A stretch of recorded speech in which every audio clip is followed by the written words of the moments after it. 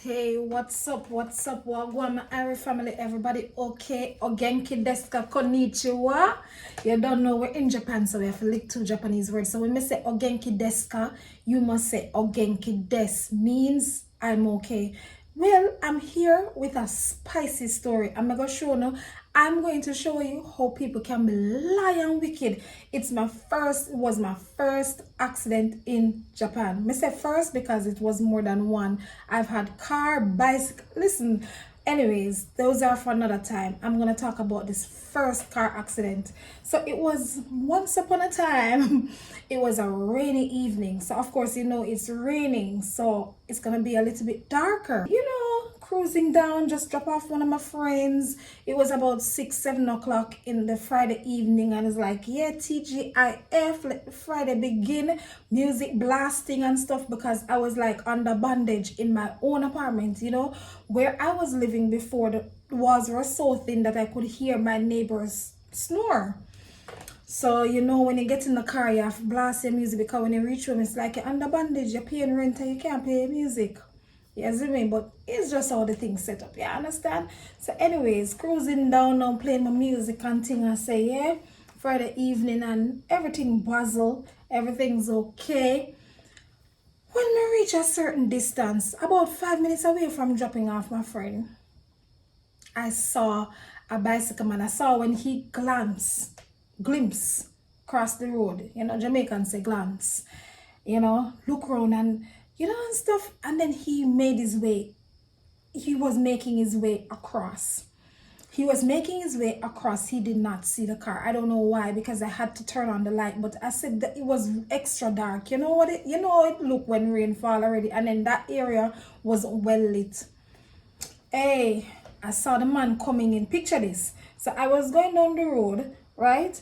He was coming into the left-hand side of the vehicle, and I saw him. I was like, what the hell, this man is coming into the left-hand side of the vehicle. So I was trying to swerve to the right. Luckily, there weren't any vehicles, because it was a two-way road. So I was going that way, and vehicles were going the opposite direction. So if there were other vehicles, can you just imagine what would have happened?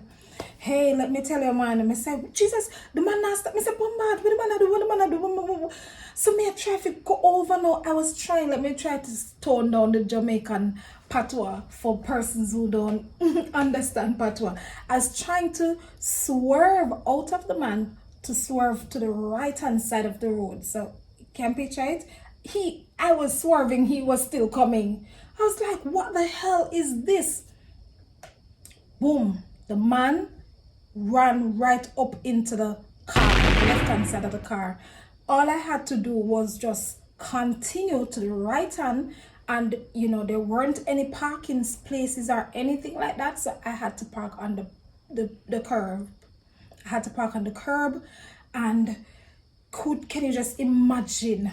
Oh, my heart beat. My heart was pounding. I was like, what kind of cross is this? I was like, Jesus. Oh God, please don't make him dead. Oh God, Jesus. Because he fell to the ground and he wasn't moving. It's not like, when somebody gets hit and they jump up, the man fell to the ground. And even when I parked the car, he was still on the ground. His bag, he had like a plastic bag in his hand, like he was coming from supermarket or whatever. And the bag, some of the contents spilled out of the bag. So can you imagine how scary that looked? I was like, God, please make when we go over there, the man don't dead. When I went over, the man was bleeding through his nose. I'm like, Jesus. So of course, I don't know Japanese. Yes, he was a Japanese. He hurled some bad word at me. I knew it was bad word because of his facial expression. He was angry. And at that time, I was thinking, maybe I should have been the one to be angry. But I was terrified. I was shocked. I was frightened. I didn't know what to do. I didn't know how to communicate with this man to ask him if he's okay. The only thing I knew was, ogenki desu ka? And then he flew out with his anger. I was like, okay, God, what am I do? What do I do? But our company usually tells us that whenever we meet in an accident, whatever you do not leave the accident scene. You know what the man said to me? Daijobu. He said, leave. He was gesturing and telling me that I can go. I'm like, no, no, no. He was like, no, die job. Different from that, they have a culture where they just always say everything is okay. Die job, it's okay. I'm fine. Even when they're dying, they're telling you die job, because it seems, well, it does not like it seems, but there's like a culture where you don't show weaknesses, or you have to push and be the strong person and don't show emotions. That's one of the things that is really it's bad here. I remember a little boy fell off his bike, just quickly pushing this one in, and I went to his assistant. He was crying, and he had some bruises, and I was like helping him to take up the bicycle, and he wiped off his eyes quick, and I tell me die job. So that's how they are. So I remember I was like, no, don't leave, Katie, don't leave. So I went over to the car now, and I called my manager. It was about 8 or so. By that time, with the man, it was about 8 o'clock. Called the manager, and I was there on the phone with him, and he said, of course, I don't know Japanese, so I wouldn't be able to tell the police officers where I am or what happened. So he said that he wants to talk to the man. So the man got up, took up his bicycle, took up his bag. And I was like, thank you, Jesus. And he spoke to my manager. And then just for a brief moment, like the manager told him to call the police. And when I took back the phone from my manager said to me, Kadian, the man told me that you were careless and you almost killed him. Something of the sort. I was like, no, that's not right. He said, well, make sure that you know what you're reporting to the police, because if this man tell me these things, can you imagine what he's going to tell the police? Lo and behold, the police came like about 1 hour, half an hour to 1 hour after. And we were there. I went over to the right-hand side of the road where the car was, waiting for the police, because I was so afraid of this man. I didn't know what he was capable of or anything, because he looked so furious. Of course he would have been, because he thinks I'm stupid foreigner, right? I should have been furious, but anyways, that's another story.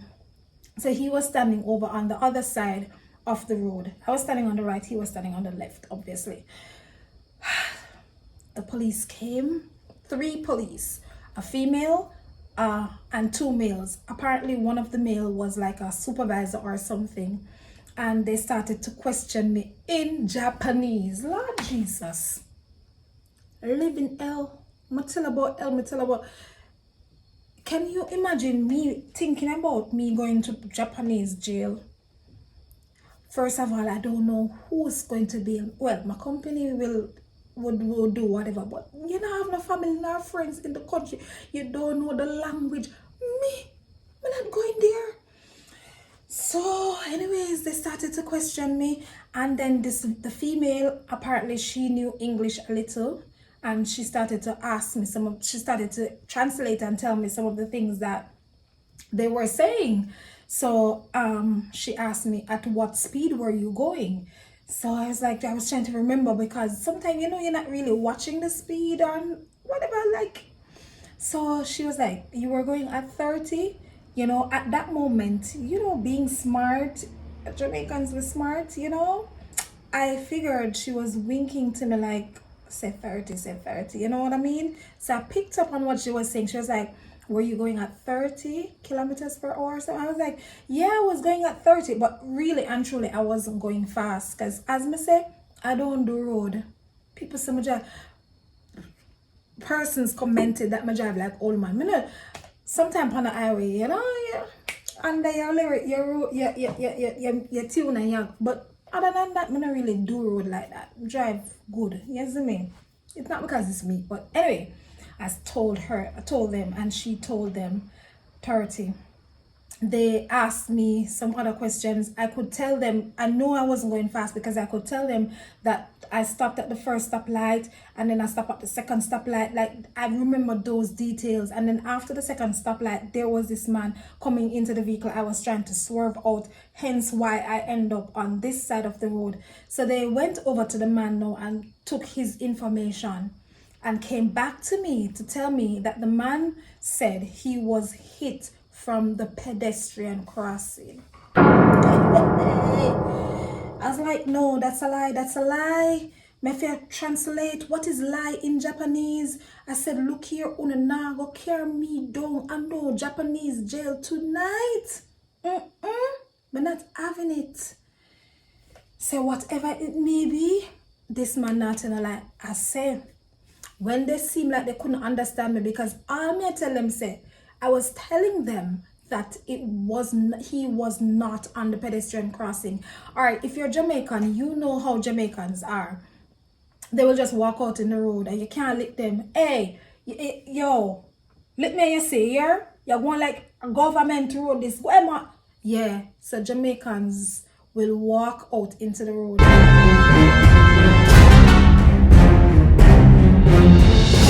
That's how cyclists in Japan are. A government road, you have to look out and you have to keep your eyes open, because you can't lick them, period. So they do what they want to do. They ride on the opposite, the wrong side of the road. They cross when it's not on the pedestrian crossing. And that's what that man was doing, which I'm not even sure. And probably he did it on purpose, because I've heard that people do those things to get insurance and whatever. Hey, people wicked, you know. You have to be careful and know what you do, especially in a strange country. The man tell lie, say, the man, for those who don't understand part of the man told a lie that I hit him from the pedestrian crossing. Let I tell you, I went out into the road, you see, and I said, gesture it is today, because we teach the kids, if you don't understand, if you don't know how to express yourself, gesture. And we as assistant language teachers use a lot of gesture, because we need them to understand, because for them English is like gibberish, so we have to action, you understand? They say, okay, come on Katie, drama time, let me show you how me do. They say, I went out into the road, traffic office stop. The police them tell the traffic for hold on. And I said, this is where I was. Can you understand? And them say, yes. I'm going to say, I was coming this way and the bicycle. Detention. Please, I beg in the name of God, subscribe to this channel. Because I know what detention coming this way. And I show them the gesture and them say, where, Doko? I say, no, not Doko, not, hey. I say, when me done with the gesture, I carry them and I say, not there, so, Doko. Look here. God reminded me that there was a piece of, some of the things fell out of the man bag. And so me say, something must leave. Whew, I'm tired after that drama. Me say, something must leave down there, so where the accident took place. And I walked down there and I said, see something here from the bicycle. If it happened right here, how would this piece of thing be here? First of all, the man told them that he had his light on. Never have the light on.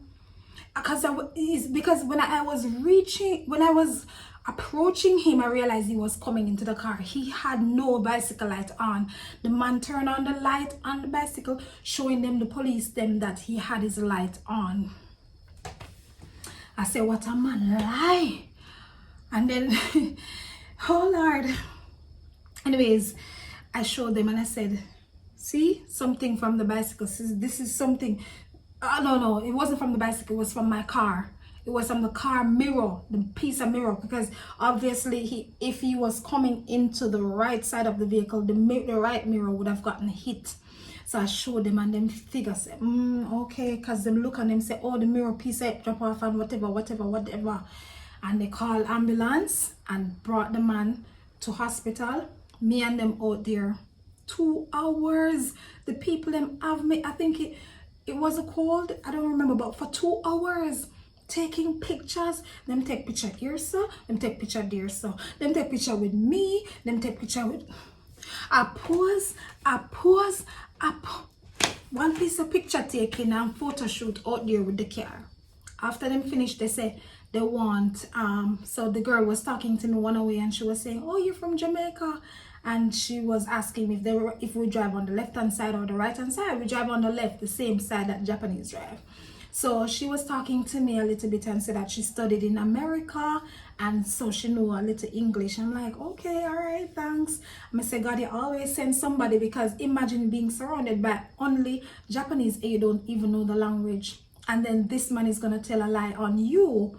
But obviously he was wrong, because if it's the right side of the vehicle got hit, I mean, the way they could measure the bicycle, the wheel, where the car was dented and all of those things to see what happened if I went into him or whatever.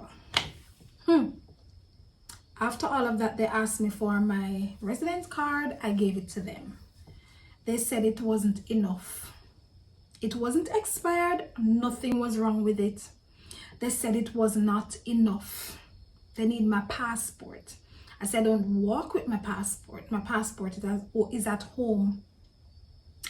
The people, the polices, brought me to my yard, took me home for my passport, even though I had every other form of identification. They left the car, took me in their police vehicle to my yard.